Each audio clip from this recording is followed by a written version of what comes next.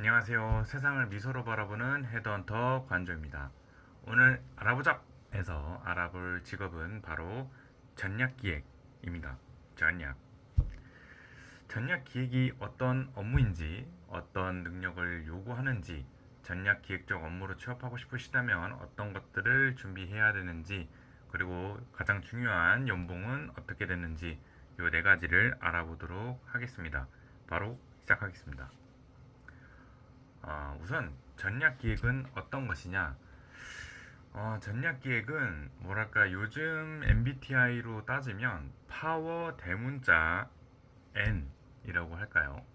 기획은 사실 어느 직무에도 있습니다. 물류 기획도 있고요, 마케팅 기획도 있고, 서비스 기획도 있고요.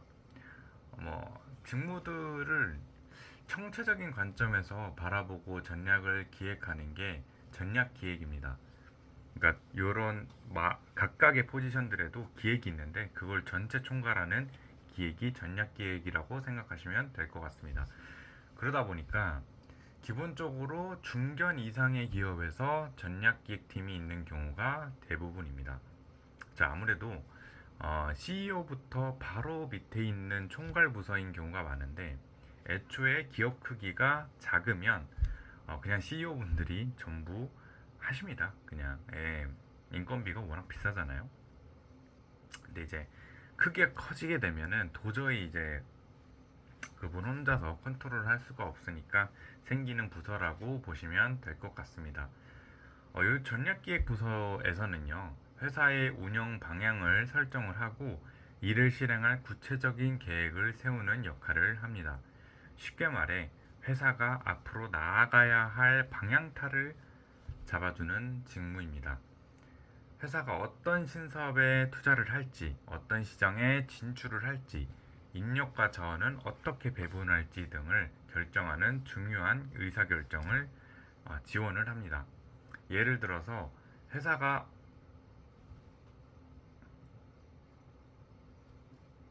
여기는 잘라서 보시고요. 전략 기획자의 역할은 크게 세 가지로 나눌 수 있습니다. 첫째, 회사의 비전과 목표를 설정하고 이를 달성하기 위한 중장기 전략을 수립합니다.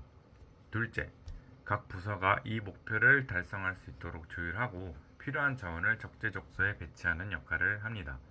셋째, 경쟁사와 시장 분석을 통해 CEO와 경영진에게 의사결정을 위한 인사이트를 제공합니다. 요 세 가지 업무가 주된 업무라고 보시면 될 것 같은데요. 근데 이제 뭐 보시면 알겠지만 직무 이름은 전략 기획인데 실질적으로 완전히 전략을 설정하는 거 그런 거는 한 30% 정도고, 나머지는 산업 분석하고 CEO한테 보고하고 이런 것들이라고 생각하시면 될 것 같습니다. 근데 보고를 그냥 보고하면 안 되고요. 경영 결정권자 분들이 빠른 시간 내에 정확하게 핵심 내용을 알 수 있도록 직관적으로 간결한 내용으로 잘 보고서를 작성하는 것이 또 다른 중요한 업무라고 볼 수 있을 것 같습니다. 그럼 전략 기획은 어떤 능력을 요구를 할까요? 이 기획이라는 것 자체가 브레인 업무입니다. 직관적으로도 그렇죠. 뇌 역할과 비슷하니까 브레인 인재들이 전략기획 쪽으로 가는 경우가 많습니다. 업무 특성이 그러다 보니까 다른 직무들에 비해서 학력 조건이 조금 빡빡한 편입니다. 물론 이제 그 전에 어떤 경력이냐에 따라서 다를 수 있지만 일반적으로는 그렇습니다. 그래서 아까 또 분석을 많이 한다고 했죠. 데이터 분석 툴들을 사용할 수 있으면 취업에 많은 도움이 됩니다. 엑셀은 당연히 기본적으로 사용하실 줄 알아야 되고요. R이나 파이썬이나 SQL 같은 데이터를 다루는 툴을 활용할 줄 알면 많이 우대가 됩니다.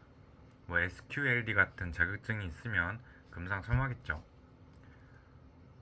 데이터 분석을 제대로 해야 재무 데이터 분석이나 고객 데이터 분석을 통해서 미래 트렌드를 예측하고 회사가 나아가야 할 방향을 설정을 할 수 있겠죠.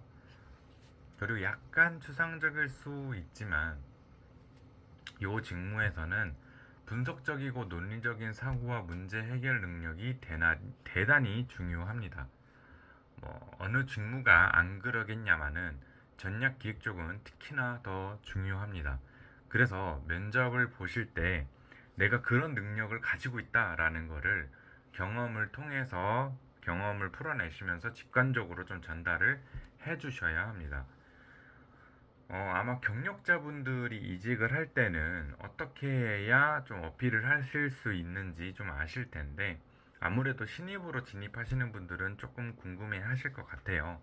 그래서 아까 말씀드린 대로 데이터를 다뤄보신 적이 있다면 당연히 무조건 말씀을 하셔야 하고요. 혹시 본인이 작은 경험에서라도 계획하고 실행하고 데이터를 추출해서 분석을 해보고 그에 따른 조치를 해보고 이런 경험이 있다면 꼭 말씀해 주셔야 합니다. 근데 만약에 뭐 이렇게 내가 계획을 해서 실행을 해본 적이 없다 하더라도 이미 내가 한 그 프로젝트 내에서 이 구조에 맞춰서 말씀을 해 주셔야 합니다. 가상의 예시를 좀 드려볼게요. 음, 예를 들어서 옛날에 내가 동아리 회장이어가지고 동아리 홍보 행사 계획을 한 적이 있다.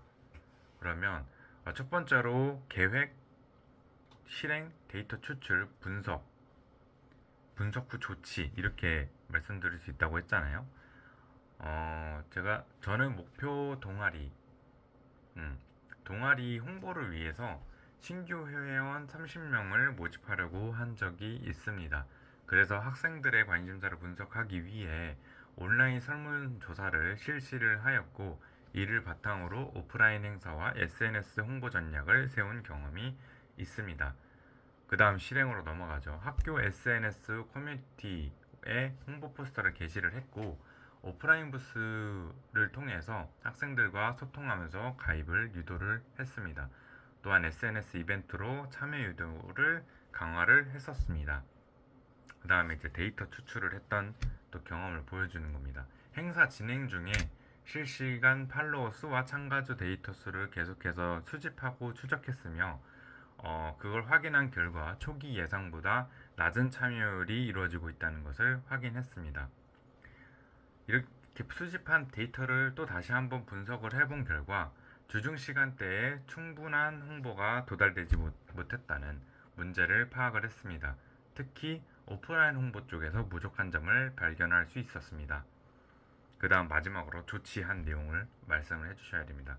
즉각적으로 추가 SNS 홍보를 실시하였고, 행사 마감 전에 야간 부스까지 추가로 운영을 계획해서 학생들의 접근성을 높이고 오프라인 취약점을 보완을 했습니다. 그 결과 팔로워 수 200명, 신규 회원 35명 모집에 성공을 했습니다. 만약에 실질적으로 성공을 하지 못하셨더라도 이런 경험을 통해서 다음 기획을 할 기회가 주어졌을 때 이런 경험을 잘 살릴 수 있을 것 같습니다 정도로 끝내주시면 됩니다. 대충 어떤 느낌인지 아시겠죠? 네, 어쨌든 중요한 거는 계획하고 실행하고 이 데이터들을 분석을 해보고 그에 따른 조치를 해봤다, 이런 거는 반드시 좀 어필을 해주셔야 합니다. 마지막으로 연봉 부분은 좀 어떨까요? 음, 제가 브레인 업무라고 말씀을 드린 만큼 그래서 브레인 업무라서 학력이 좀 중요시 된다고 말씀을 드렸습니다.